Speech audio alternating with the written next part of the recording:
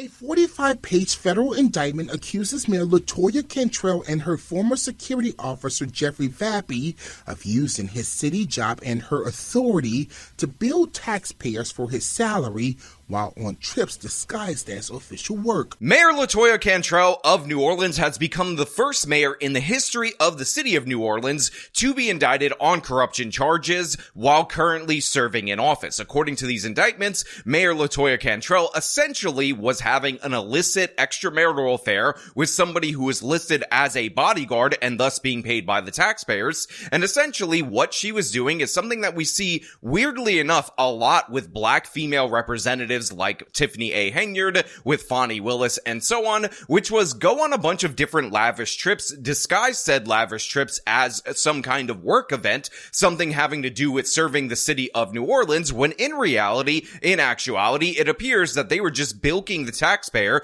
to the tune of $70,000 so that they could travel the world on these 14 various trips. Now, these indictments are very thick. They're 45 pages long. They detail not only the crimes that are being alleged in terms of the taxpayer misappropriation in order to do these trips, but in addition to that, they also detail a campaign to destroy evidence, subvert a grand jury, and it seems like, based on what the feds have put together, Miss Cantrell is dead to rights, caught, done, cooked. It's over for her, and that's what we're going to talk about today. But before we do, I want to thank everybody who supports this channel via actualjusticewarrior.com/join. The reason why we have evidence is because it is supported by reality.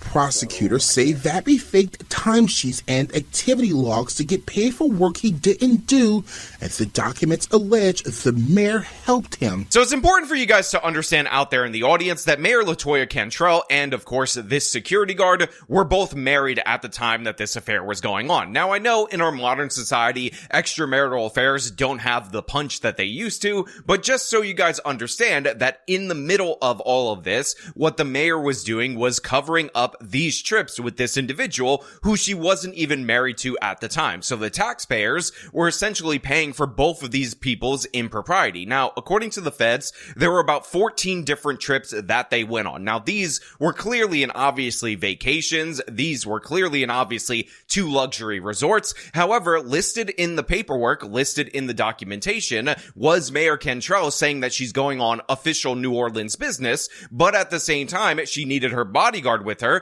So not only did they defraud the taxpayers in terms of the meaning of these particular trips, but in addition to that, the bodyguard was actually billing the city of New Orleans for all this time that he was supposedly working. This wasn't just a situation of Officer Vappy and the mayor holding hands in the back of a car on the way to an event. This is, in fact, them manufacturing trips.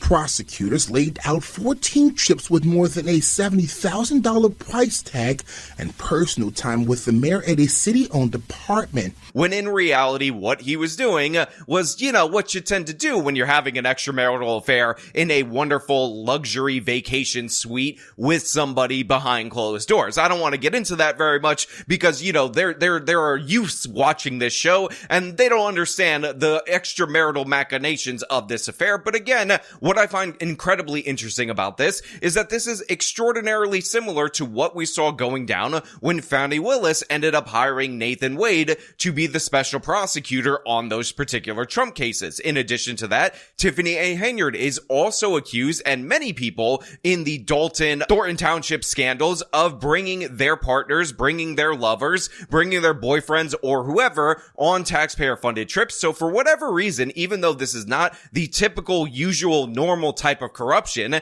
we've seen for black women in particular, again, Cori Bush, that this seems to be a common thing. Get your lover paid, get your man paid while they're supposedly protecting you, when in reality, the only thing they're doing is demolishing that According to Raphael Goeneche with the Metropolitan Crime Commission, because of those charges, Cantrell's future travel, personal or professional, may need approval.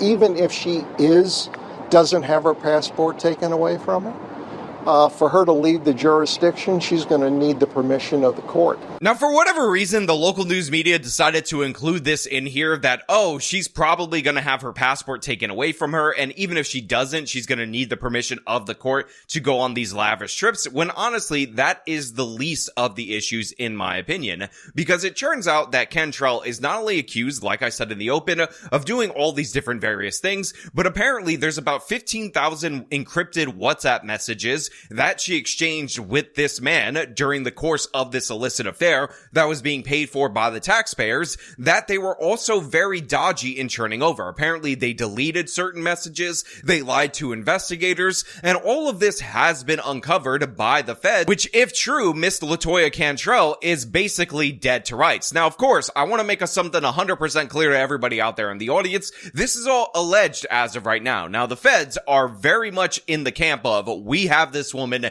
dead to rights. The evidence is absolutely overwhelming. But as of right now, as of this very moment, these are just allegations, or as the super mayor would call them, allegations. False allegations and not facts. So therefore, they should be taken as such, because innocent until proven guilty is the legal standard in the United States of America, even though almost all of this seems to ring unbelievably true. Again, you have visits at a taxpayer-funded apartment that the Feds appear to know about that are supposed to be used for official business, when in reality, the only thing official that was going down there was the mayor going down on. The indictment also alleges Cantrell withheld information and lied to investigators and the public, adding she tried to sway witness testimony and hide evidence, including not handing over key records like WhatsApp messages. There was just so many allegations of what she did to try to hide what she was doing. So oftentimes what we see is that the cover-up ends up impacting you worse than the crime. Obviously, this is extraordinarily true in the Richard Nixon case, but in this particular case right here, it also proves to be true, because Cantrell probably would have had to resign in disgrace had she come forward, told them about the lavish travel and whatnot, but likely she wouldn't have served a significant amount of time in prison. However, they're also accusing her of witness intimidation, of trying to destroy evidence, of lying to the Feds, and all these different other various things that very likely will prove to be the death of her in terms of her trial, because the Feds seem to have documentation over all of this. The indictment alleges Cantrell and Vappy took 14 different trips together to places such as San Francisco, New York, Martha's Vineyard, and Los Angeles, costing city taxpayers more than $70,000 just for Vappy's travel expenses, separate from Mayor Cantrell's own travel cost. According to the indictment, around October 2021, Vappy went to Scotland with Cantrell and later sent her a WhatsApp message, which is a free encrypted phone messaging app. Vappy's message allegedly said the Scotland trip was, quote, where it all started. The indictment also points to another message Cantrell sent Vappy: the times when we are truly alone traveling is what spoils me the most. The Feds alleged beginning in October 2021, while carrying on a personal relationship, Cantrell and Vappy attempted to disguise it by making Vappy's interactions with the mayor appear to relate to his official duties. The indictment says Mayor Cantrell canceled a fall work trip to Miami in 2022 and instead booked a personal trip to Martha's Vineyard to spend time with Vappy while he attended a conference as a representative for the Housing Authority of New Orleans, HANO, a position Cantrell appointed him to serve. So fun fact about this particular indictment, this Vappy individual was actually the initial person that the Feds ended up indicting at one point in time, and during the course of said indictment, hilariously enough, the Feds did the thing where they don't name the other parties involved. However, they give a descriptor, and if you're a keen-eyed observer, or if you're just somebody with a baseline of intelligence, you were able to crack the code that the mayor of New Orleans was the person who was under investigation, because in reality, they didn't name the mayor, they didn't say LaToya Cantrell, but in the original indictment of this other individual, this Vappy individual, they said the mayor of New Orleans. Federal documents show these charges were all connected to a romantic relationship between Cantrell and Vappy. In one piece of evidence, Cantrell sent Vappy a picture of her hand with a ring, saying, "Did you tell blank you put a ring on it?" Prosecutors say those messages raised red flags, and when questioned, Cantrell reportedly lied to a grand jury. You really don't say anything unless you can back it up pretty definitively. Now, of course, right there, you see obviously that they have the image of her saying, did you tell whatever woman, I'm assuming that that is that person's wife, that you put a ring on it? And then she ultimately ended up lying about what this meant, when in reality, there's only one real interpretation of what this could possibly mean. And again, notice the size of the ring, notice how obscenely large it is in this particular photo, and realize that the way that this was paid for was likely due to the tax dollars of the residents of the city of New Orleans. And by the way, all of this is going on while New Orleans is suffering a crazy budget deficit. They can't afford to field the number of officers necessary to bring down crime in the city of New Orleans, which is something that we covered multiple different times. Meanwhile, this kind of defund the police Democratic politician